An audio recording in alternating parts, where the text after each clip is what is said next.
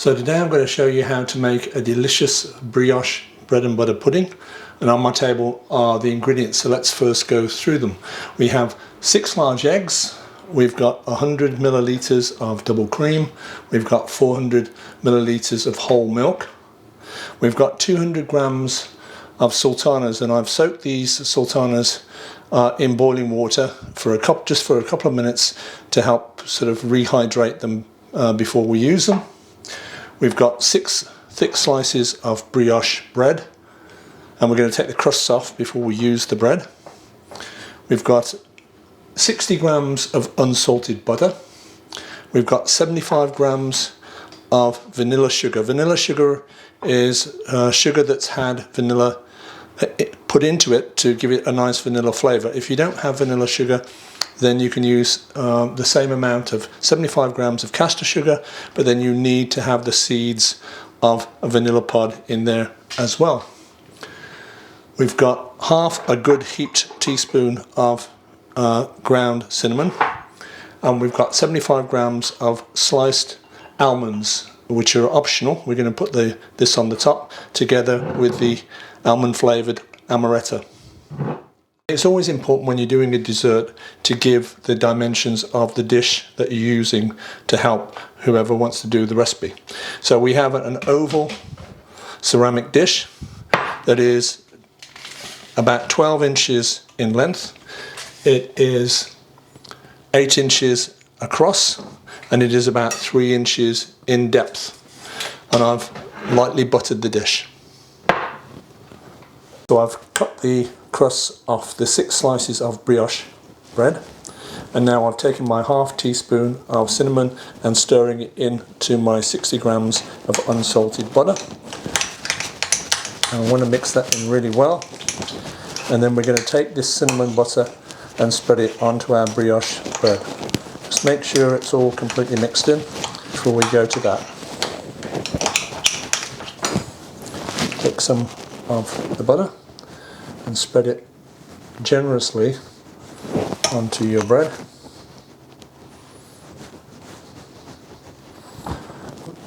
Put that out the way. We'll repeat the process. So we're just carrying on buttering our brioche with our cinnamon butter, trying to make sure the butter gets to all of the slice. And we're going to carry this on until we've got all our 6 slices covered.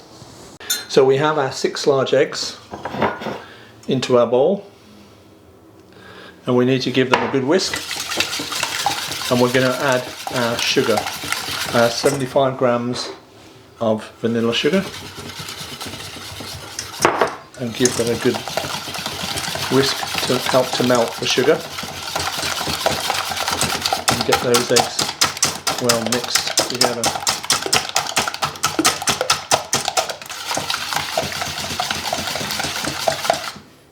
Okay, now we're going to add 400 milliliters of full milk and 100 milliliters of double cream into your custard.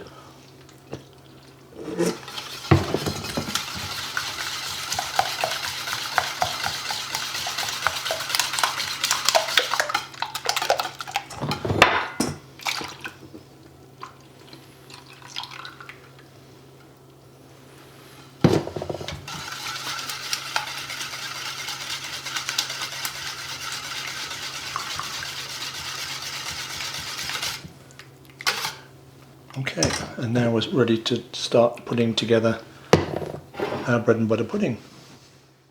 So now we're ready to construct our brioche bread and butter pudding. So we're going to take each slice of the brioche that's been buttered with the cinnamon butter.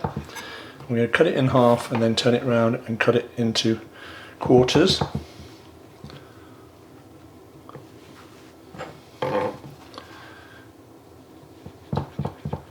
And we're going to take 3 slices and do this too. So we'll take one more slice, cut it from corner to corner, turn it around and do the same. And then we're going to take these 3 slices and put these little triangles in to the dish, and you're trying to make sure there's very little gaps. So you're trying to, like a jigsaw puzzle, put them together so there are very little gaps in the dish.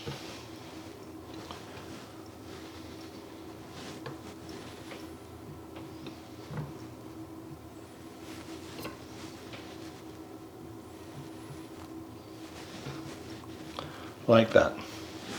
And now we're going to sprinkle sultanas all over the bread.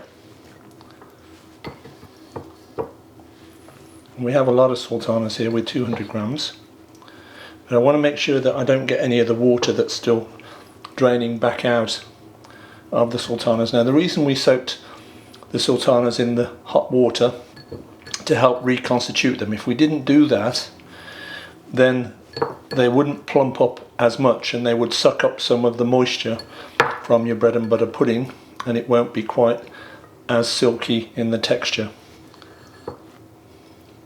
So use all the sultanas in our sultana layer. And now we're going to repeat with the other 3 slices of bread. So now we're taking our other 3 slices of brioche, and again we're going to repeat the same thing. We're going to cut them into quarters. Now if you have any of the cinnamon butter, stick to the edge of your knife. If you take something like a silicone scraper, because we don't want to lose that butter, we want to make sure that it goes into the pudding. So just take that butter back off the knife, and then we're going to repeat the same process and put a top layer and make sure that all that cinnamon butter gets into the pudding. So we'll take another slice from corner to corner, and you can see that because the brioche is quite soft, the butter comes off. We don't want that to just end up on your knife, so we'll put that back into the pudding.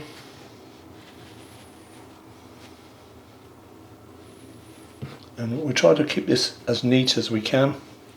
Just remember, this top layer is going to be your presentation layer. Again, if there's any of that butter that's come off onto your knife, just make sure that goes back into the pudding.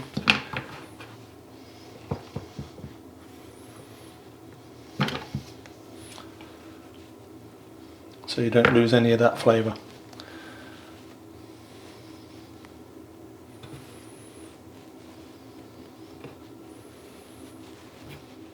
We're now ready to ladle our custard, and it's a lot easier if you take a ladle to do this rather than just pour it on, because it might push your bread out of position, and you want to try to keep it neat, nice and neat looking.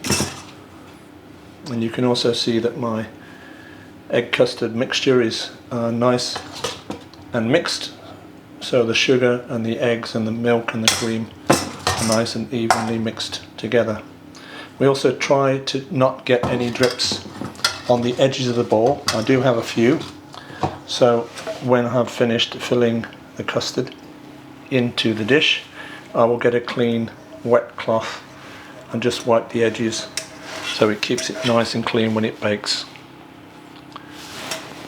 So we are now ready to put this into our oven. We're going to preheat our oven to 180 degrees, and that's fan assisted, and this will take 35 minutes to 45 minutes to bake. Now, we talked about at the beginning of the recipe an optional extra of taking some sliced almonds. We have 75 grams of sliced almonds, and we're going to put those almonds into a clean frying pan that's on a high heat. We just want to shake those around, and we want to get a little bit of colour on the almonds. This will take a few minutes, so you've got to be patient with it, and you probably want to stir it around from time to time. And we don't want to get it dark and brown, we just want to get it lightly toasted, and then we're going to drizzle on a little bit of amaretto to enhance the almond flavour. So you just need to stir it or shake the pan around from time to time, because you don't want the almonds just to catch in one area. If you're able to flip the pan to make sure that they're, and then spread them out, because you don't want them all in a heap in one side of the pan. And you just got to be a little bit patient. You can start to smell the almonds toasting, and we're not trying to get them really, really brown.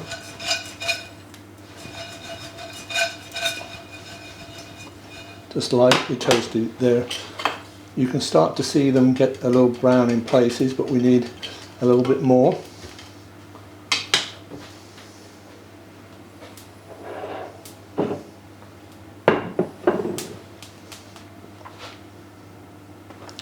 You can see still they're not completely brown, but we will turn the heat down. We don't want them too brown, so now we're going to take the heat off, because there's enough residual heat in that pan. Take a tablespoon of the amaretto, and we're just going to put that into the pan. Shake the almonds around, because that will enhance the almond flavour. And you can see that it's slightly toasted, and we'll give that a stir around, and we will sprinkle these almonds on top of the finished pudding. So our brioche bread and butter pudding has had 45 minutes in the oven on the middle shelf at 180 degrees Celsius. So we've taken it out of the oven. It looks absolutely delicious, and we're going to now sprinkle some of our toasted almonds on the top.